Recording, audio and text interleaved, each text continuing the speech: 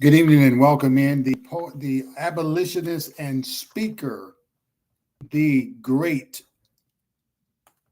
orator Frederick Douglass once said that it is better to build strong children than to repair broken men.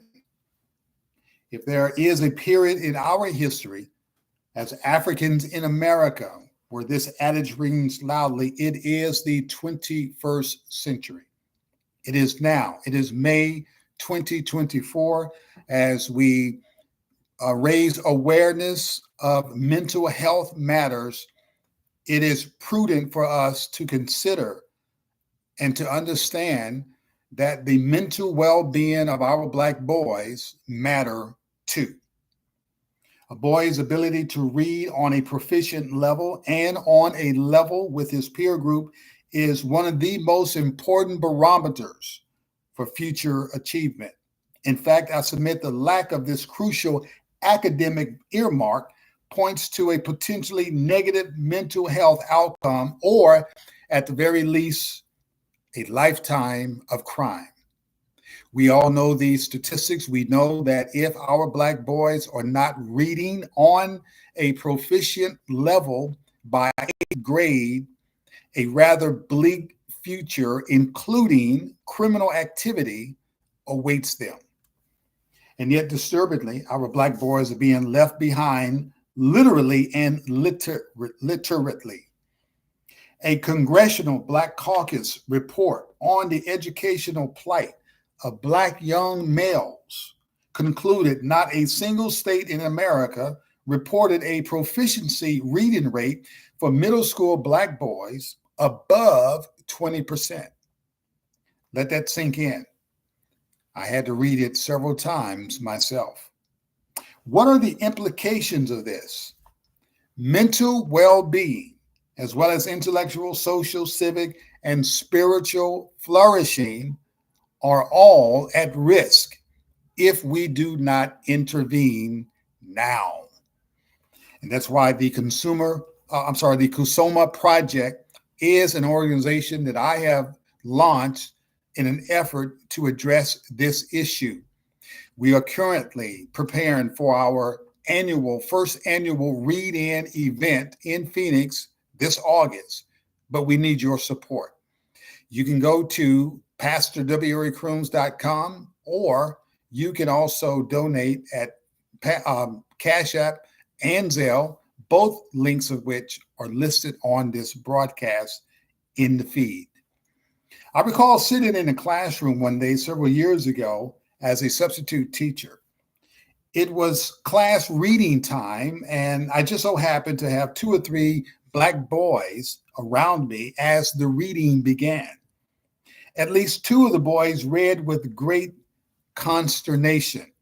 The third, I could tell, was not really reading along with the class, but was just moving his lips to make it appear he was.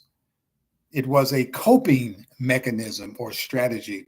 And the reason this third young man was doing it was because he was probably reacting to the sneers that his peer group, his classmates, had given him at some point in his educational journey.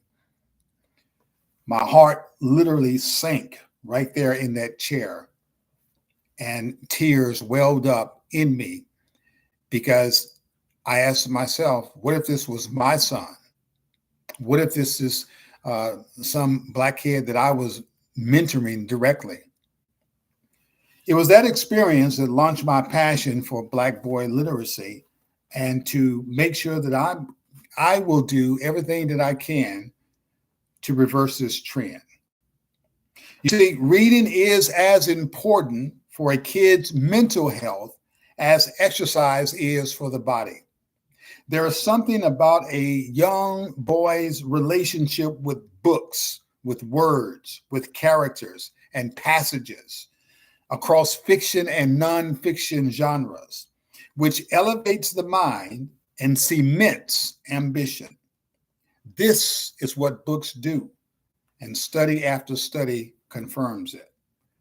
If we are to reverse the negative trending plight of Black male literacy and invest in the mental well-being of our Black boys, we must inspire them to read with confidence, to read with affirmation, and to read with imagination.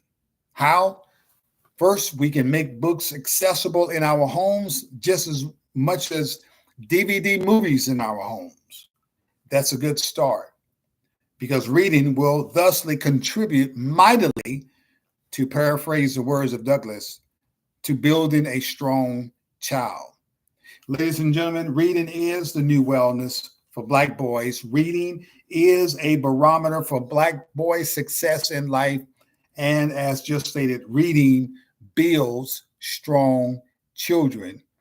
Rather than waiting to repair broken men, broken women, we must endeavor to build strong children.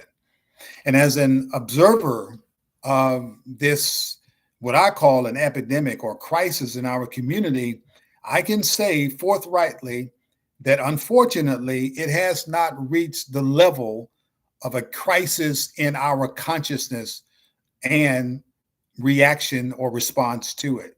We aren't talking about it. It's the kid down the block. It's not our grandson. It's not our nephew. It's not our son who's not reading up to par. It's always the other kid down the block. But even if it is the kid down the block, we need to help the kid down the block. And that is what we're going to do with the Kusoma Project, our first annual read-in event this August in Phoenix. We need your support. The Cash App and Zelle links are on this feed, or you can go to my website, pastorwerickrooms.com, and support our efforts. Let's work together to reverse the trend and to contribute to the building of a strong Black boy, because reading is the new wellness for Black boys. I'm Pastor C in Fort Worth, Texas, and thank you for watching.